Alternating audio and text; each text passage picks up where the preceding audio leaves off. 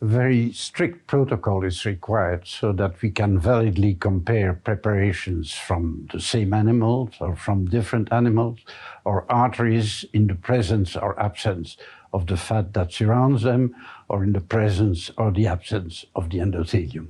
The main advantage of this experimental technique is that we can compare rings of the same artery under isometric conditions and thus validly make conclusions concerning the impact of the experimental factors that we investigate.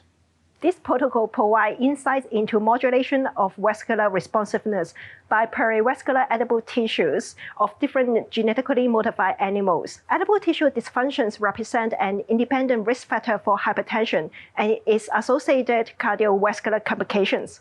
While myography involves multiple complicated steps that require extreme caution at each point to avoid damaging the vessel, especially during mounting, and to ensure that the vessel responds appropriately to various stimuli.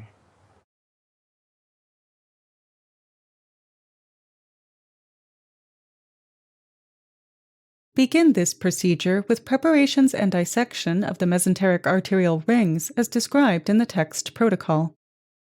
Switch on the computer and open the data recording software. Save the experiment as a lab chart data file with a new name to avoid overwriting the original setting file.